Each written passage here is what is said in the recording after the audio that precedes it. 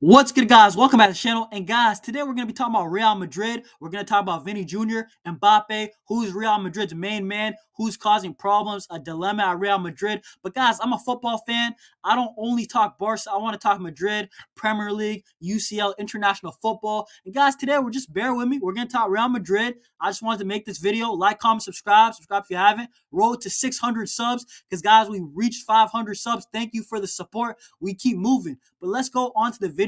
So, guys, we know that Real Madrid, they're kind of facing an identity problem. They got a bunch of stars, Jude Bellingham, Kylian Mbappe, Vini Jr., even guys like Rodrigo, Valverde, in my opinion, who's their best player.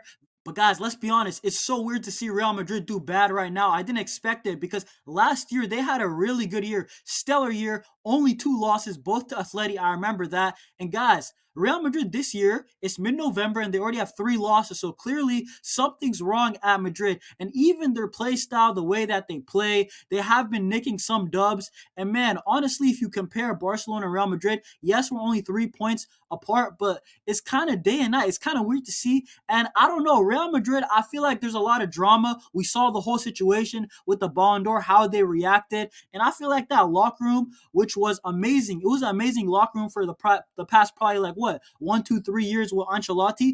Now I feel like we're finally starting to see a crack. The Ballon d'Or, I feel like that was the first thing. Vini Jr., he wasn't happy with it. Vini's camp, Real Madrid, they pulled out of the Ballon d'Or ceremonies altogether. A lot of people took it as disrespect. But honestly, that's besides the point. Real Madrid, even outside that week where they lost the Clasico and didn't show up to the Ballon d'Or, they haven't had a good year. They had that game against Lille, AC Milan, of course, the El Clasico, but also a bunch of weird draws against Mallorca, against Las Palmas, a bad game against Celta Vigo, even Real Sociedad, where they got the dub in some of these games, man. And Real Madrid is clear that, Mbappe, he came, and that's really it. They lost Toni Kroos, and they lost Joselu. That's really it. That's all they lost. It sounds like it's nothing.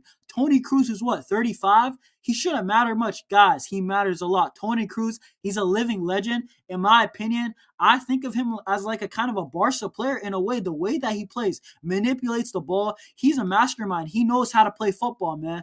And he knows how to control games in the midfield. And then they also lost Joselu. I made a video a long time ago saying that Joselu is going to be a big loss for Real Madrid. He is a perfect plan B. When Real Madrid are spamming boxes into the box against Bayern Munich, hoping for a goal, because, man, the whole game, nothing worked for them. Joselu comes up clutch with headers.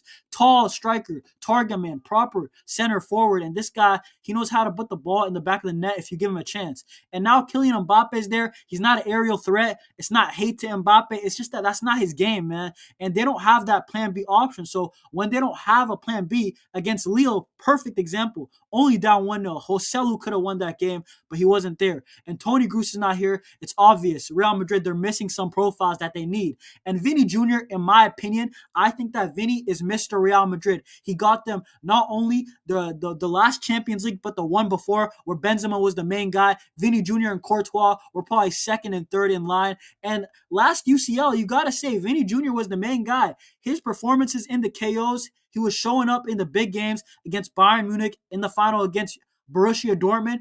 And guys, even me being a Barca fan, I gotta say, Vini Jr. has a lot of credit in the bank. 2 UCLs and his performances the last 3 years, you gotta give it up to him. He's been exceptional for Real Madrid. But Kylian Mbappe, to me, I've been really surprised because I see him at the World Cup. Bang, 1 chance, 1 goal. Second chance, second goal. And this guy, he looks like an absolute stone cold, amazing, lethal finisher. And then he comes to Real Madrid, and I'm seeing him mess up chances for fun against like teams, random teams like Espanyol and Alaves.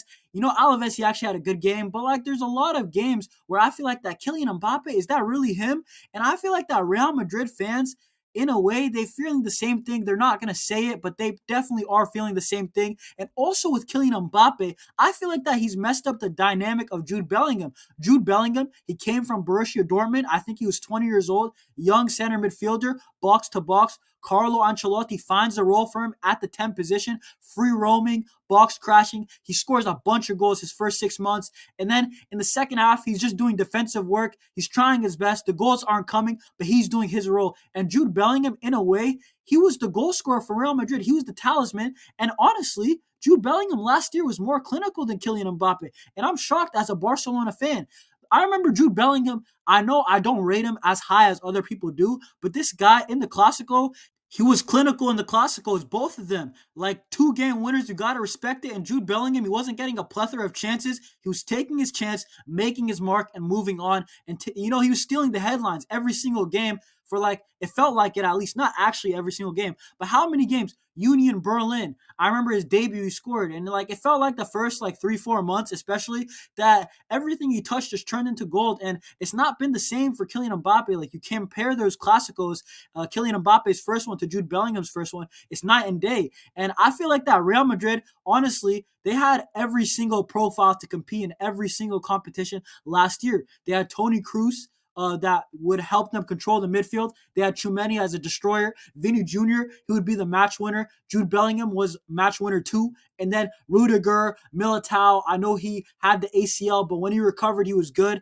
And Rudiger, honestly, I feel like that Rudiger had a career year, and same with Carlo Ancelotti. I think that Carlo Ancelotti, in terms of difficulty and impressiveness, I think that he was his best year in his coaching career because, man, they had a bunch of injuries and they won La Liga and they won also the Champions League. That's super impressive. And then, honestly, I feel like that Kylian Mbappe, he probably thought, League, I've been dominating. I'm going to roll into La Liga and I'm going to just dominate because I'm Kylian Mbappe. I dominated the World Cup, both 2018 and 2022. And I understand Kylian Mbappe, quality player. Honestly, I thought he would do the same. I think many fans did. I think Real Madrid did. They had the whole presentation for him for a reason because they expected that. But La Liga has been tough for him. All these low blocks, they minimize the pace, which Mbappe has. And honestly, I think that Arda Güler, Endrick, Brahim Diaz, they're just unlucky that their name, their brand isn't as big as Kylian Mbappe because I think that those guys, they deserve their chances. Like, especially Endrick, man. He's a proper striker. He knows how to play that position down the middle. But, hey, man, I feel like that Kylian Mbappe, he probably has some pressure from Perez and probably a contractual agreement for, like, probably has to play 80% of the minutes of Real Madrid's season if he's fit. Probably because apparently there's these type of contracts. But Carlo Ancelotti, I know he's going to take responsibility. If he's the one to get sacked or, have to be thrown off the ship, he's going to be the guy because he's the manager. It's the easiest to replace in football. And I feel bad for Carlo Ancelotti because he's an elite manager. He shouldn't go out like this. And honestly, I think that Perez, he didn't complete the squad in the transfer window. Kylian Mbappe and Endrick, what about the defense? Because let's be honest, Real Madrid, they have a bunch of issues right now. Militao's out for the year. Carvajal's out for the year. Let's be honest, we don't know when Alaba is going to come back. So the defense definitely should have been addressed. And Real Madrid, they might be paying the price with Perez not buying center backs and a right back. And I know they're looking into it now, but it feels like it's too late. And I feel like that it's messed up for Carlo Ancelotti because he has to deal with these problems of Mbappe, Bellingham, Vinicius Jr., all the egos. And guys, I'm not hating, man. I thought Vini was going to win the Ballon d'Or. I think Vini's one of the top wingers, if not the best. I think Lamine, Vini, and Rafinha are the best wingers off of form. But guys, I don't know. Kylian Mbappe, I thought he would have been better. I thought it was going to get scary, all these edits I'm seeing on Instagram. But man, let's be honest. Real Madrid, they look rather pedestrian. But guys, honestly, that's me. That's it for me. Barcelona, we're back on the weekend. Saturday, I think we play against Celta Vigo. Hansi Flick's men, we got to get the dub because last game we lost against Real Sociedad at Anoeta. And man, Real Madrid, they're chasing us, man. But guys, that's it for me. Thanks for watching. Subscribe if you haven't. Road to 500 subs. Barca Reacts, and we're out. See y'all in the next one. Peace.